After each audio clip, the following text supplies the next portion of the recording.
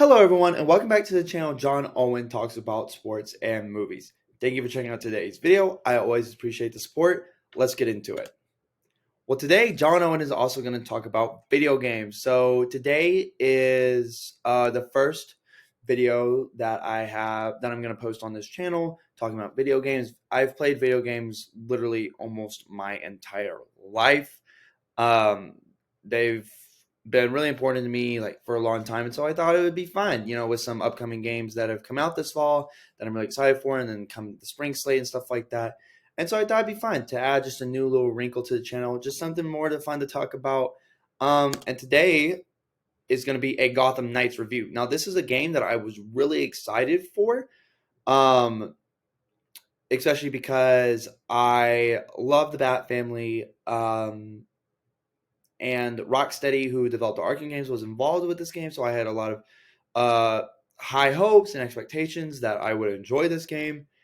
And while it is a little short of maybe an Arkham quality game, it is much better than what the reviews are suggesting. I'm going to get into all of that. Make sure you guys like, comment, and subscribe so you don't miss out on any of the fun. If you've played the game so far, let me know what you think down in the comments down below. If you haven't and you're debating on whether or not to buy it, hopefully this video helps you make a decision.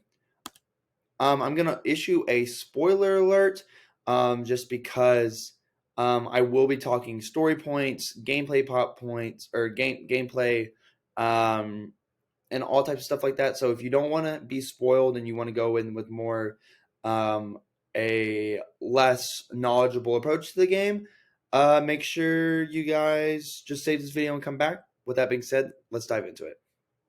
So we have 3 criteria for the game today. We're in gameplay, story, and characters. So just keep that in mind, kind of the things that we'll cover and talk about. So we'll talk about gameplay first. So I'm just going to go through like all of the gameplay mechanics. The combat, I think, is the biggest detriment to this game. It's not bad. It's not bad. But I think it leaves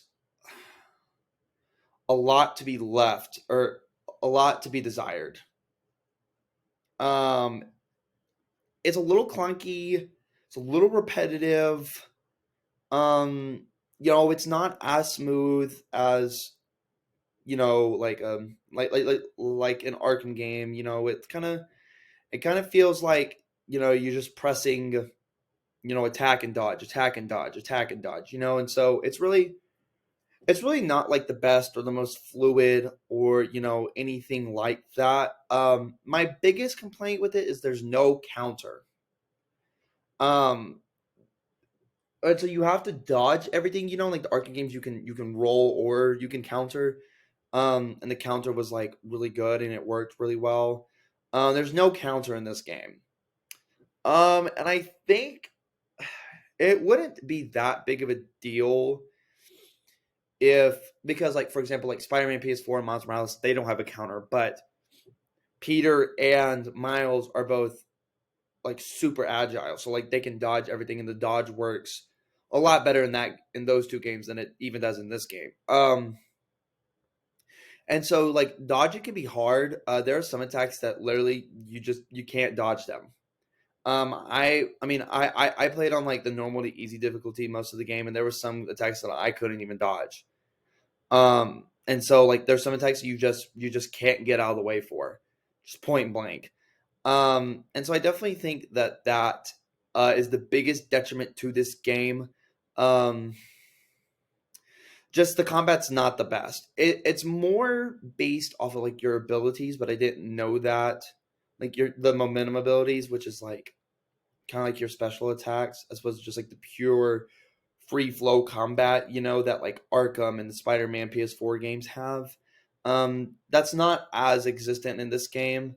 And so, it can feel very repetitive and kind of robotic and stuff like that, but it's not bad.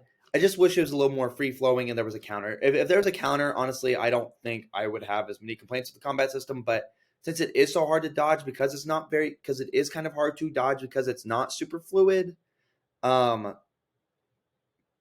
it can be kind of grindy almost. Um, but some other positives, the patrol system in this game feels so organic. So organic. It really feels like that's how it would be if you were a vigilante in Gotham. Going on patrol, stopping the crimes, picking up clues, going on investigations. I love the Arkham games, but it wasn't always super realistic for Batman to pack up the entire story in one night. Like Asylum and Origins, yeah, it made sense. That seemed feasible to do in a night. City, we were stretching it. And Arkham Knight, I really have to suspend my belief in order to believe that Batman would have been able to accomplish that in one night. I'm not saying it would have taken him a month, but I just think that it takes, a little, that it would have taken a little longer than a night to pack up, everything. But not the point. Patrol system, it feels very, very organic, and I love it. You go out for the night, you bust a couple crimes, you find clues that relate to the main story, and you just keep going, and you builds, and it feels really, really organic, and I loved it. It was nice. I think I beat the game in like 20 or so nights, and so like I don't know, that felt reasonable, like for these guys to kind of pack up, the story, like this like specific story in like a month. It felt reasonable, a little less than a month, like I agree. Like I was like, this feels very organic, this feels right. And I like that you had to end your patrol to progress in the story. Like you couldn't get you couldn't beat the whole story in one night, even if you tried, because you had to come back to the Belfry, which is like the new Batcave. Um, and so it felt super organic. The skill tree and progression, it's definitely a little grindy. But I think the unique abilities that all the heroes have are really, really awesome. Um, what they unlock is so good. All of the different like attributes and stuff you get, like, um, they really dive into like the specifics of like what makes of like these characters' roles. Like Robin has an entire stealth tree, and the perks you get in that stealth tree or the abilities you unlock are excellent. Like Robin's the only one that can do stealth takedowns on like the brute enemies. He gets he gets health back every time he does a takedown. Stuff like that. Um, and so yeah, it's a little grindy because you do have to play with that specific character in order to unlock ability points. But the good news is that in the early beginnings of the game, like literally before you like beat the whole main story, mm, it's pretty easy to get ability points. Like I didn't have a hard time getting ability points. Also, definitely is a little grindy, but the abilities and stuff you unlock along the way are so good. To traversal in the world, the bat cycle is awesome. I love the bat cycle. It was really easy to use. It's really fast. It's a great way to get around. Once you unlock the fast travel, it's really nice. Because this Gotham is so big, it's big. It's a bigger map than what like Arkham Knight's Gotham City is. So it's a huge map that's got tons to explore. And so I love just like going and drive around and stuff like that. As far as like the knighthood abilities that they um showed, they're not bad. I definitely think that while Robin's is kind of the clunkiest, it is the fastest way to travel among the four abilities. Nightwing's glider is kind of okay. Batgirl can glide, which is nice. Which is nice. The hers feels the most natural. Um, and Red Hood's mystical leap, it's kind of goofy. It definitely is, but it is easy to use and it is very quick. And so there's a lot of really interesting traversal mechanics that allow you to get around the city super quick. So I enjoyed that. And the world looks really nice. And all the different districts have very unique personalities. I mean all that. So I loved the way this game looked. Switchability characters, there's no limits. If you want to do the whole game as Nightwing, you can. If you want to do the whole game as Red Hood, you can. If you never want to play as Robin, that is your prerogative. You are more than free to that. Outside of like the story cutscenes, like whenever you're just in the Belfry, every single cutscene is customizable to that character. So like there was cutscenes that I played with Nightwing that I've seen other people play with, and they were Red Hood, and the dialogue's like a little different. And so I thought that was really cool. There's no limits. There's literally no limits to the switchability of the characters, and I love that. I think that's super cool, super unique. It keeps the game fresh, because you can switch before the knights. They all have their different roles. So like in my mind, I kind of like assign them like like, oh, anything Mister Freeze related, like it was Red Hood, or anything Harley related, it was Tim. And then Batgirl and Nightwing were like my Court of Owls, League of Shadows people.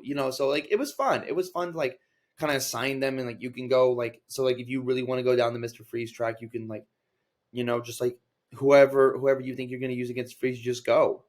And stuff like that. So that was really awesome. The difficulty is pretty standard, closer to easy. I don't think any knight has a distinct disadvantage in the story. I think you can accomplish the entire story, the entire game with one knight. Same kind of feasibility with any of them. So difficulty, it's not like an Elden Rings or like a Dark Souls or anything like that. But it's just a pretty standard difficulty. So as far as story, the plot is definitely packed to the brim. I mean, there's basically like four main stories that you can go through. There's the main story with the Court of Owls. There's the Mister Freeze story arc, the Harley story arc, and the Clayface story arc. Um, and there's a lot to do and there's a lot to the story, but it is a little basic. Like the one twist about Jacob Kane, who was Bruce's uncle, being the leader of the Court of Owls. I couldn't really pinpoint who it was, but that wasn't like a super shocking um like twist. I was like, oh, okay, like that's not who I thought it was. I didn't know really knew it was, but it wasn't like a profound twist. The opening sequence of this game, Ra's al Ghul and Bruce fight each other, and like it shows the death of Bruce, is a great opening. I was like, oh my god, dude, we're getting into it. Like this is very intense right from the jump. So the plot it's packed to the brim, but it's a tad basic. Like the Harley story is kind of basic. Like you do kind of team up with Harley, but then she backstabs you. The Clayface one, you just have to go beat him up. There's really not much arc there. Um, the Freeze story is good. The first Freeze fight is ridiculously hard. Legitimately, it is really, really, really hard. Probably the hardest boss in the entire game is the Freeze fight. The first Freeze fight. The second one's not as bad, but the first one's difficult, super difficult. Um, so I mean, yeah, like there's a lot, so it keeps you engaged because like you're trying to figure out the mystery and see where everything goes next. But it's not like the most like riveting, original, engaging plot ever. But because there is so much to do, it keeps you engaged enough. Character moments. Every one of the knights gets really sweet, sincere moments. You really feel kind of the pressure that they're carrying now that Bruce is gone. I feel like they all four have consistent personalities throughout the game. They definitely grow. I was surprised by how much growth. Not that they like grow that much per se, but I was really surprised by how much they were able to because of like the variability of your playthrough, um, and stuff like that. So, um, but yeah, I mean, and they get little great moments between them, like Nightwing and Batgirl, and Nightwing and Red Hood, and Red Hood and Robin and Batgirl. So they all get like sweet character moments with the four of them. Just between two of them, all of them get a sweet little moment with Alfred, excuse me. And so I love that. That was really good. The world building is so good. It's a little like passive, like you kind of have to dig for it, but like um just like all like the little details, like there's a Star Labs. Um, they talk about the Joker and how he killed Jason in this one, and the League of Shadows and how they like and Talia like really messed up Jason, and stuff like that. Like there's like an email inbox you get, um, and it's really cool. Like for example, like Superman emails Nightwing after Bruce's death, and Starfire and Red Arrow, and all the different Titans email Dick um and Tim and stuff like that. And like Jason has a email thread with his therapist. And just like little stuff like that I think is so crucial to world building. And I thought it was really cool. I loved it. I thought all the little different details that are in this game really go a long way to building a very organic world. It feels like a very organic, non-isolated DC story, and I really appreciated it. As far as the characters, as far as like playing with them, the four knights, so Nightwing, Red Hood, Batgirl, and Robin. Like I said earlier, you can get through. You can play the entire game as just one of them, and I think be just not have a big disadvantage. Yeah, sure. There's certain areas where it might be a little harder, well, whatever. But Nightwing is definitely the best for crowd control, easily the most acrobatic. He's the one that suffers the least from the kind of rigid-ish combat because of how acrobatic and fluid he is. He's got a chain evade that's really good, um, and like he can do the shockwave thing. His momentum abilities all rely around crowd control, and so like if you're in like a crowded fight, I would definitely go with Nightwing. Red Hood, long range bruiser, his pistols are really, really good. That's my main tip if you're gonna play with Red Hood, make sure to utilize his pistols because they're really good and they do a lot of damage. But Red Hood can also throw down with anybody. He's the only one that can grab large enemies, the brutes, which is really, really, really helpful in this game. Um, he he gets a damage and defense buff against a certain like criminal factions in the game, through one of his skill trees. Um, what else? And so yeah, I mean yeah, like he's just like you just want to talk about an absolute bruiser, just like someone who's gonna come in and like take down like the big enemies of the game, and I would definitely say that he's the best one against freeze, and stuff like that because I mean and he has range momentum abilities. He's got a turret that's really good. Uh on the flip side, Red Hood suffers the most from this being a clunky combat system because he is the brute. He is the slowest out of them. His dodge is the slowest. If this game had a counter, Red Hood would be you would never have to dodge if this game had a counter, but it doesn't. So Red Hood, while being the brutiest and being able to throw down, it also suffers the most from a clunky combat system. So there's definitely some trade offs. Batgirl is just all around. Um, there, she has no weaknesses. She doesn't lag behind in any of the what the other three excel in by a large gap. Her I think it's I think it's grit is her like middle skill tree, and like so she's got a second wind ability. So like when she dies, she can just get back up. And that's important, like not being defeated because like you get certain like you get more clues and more stuff to build gear, stuff like that whenever you don't die. And so like the ability to keep that stuff is really crucial.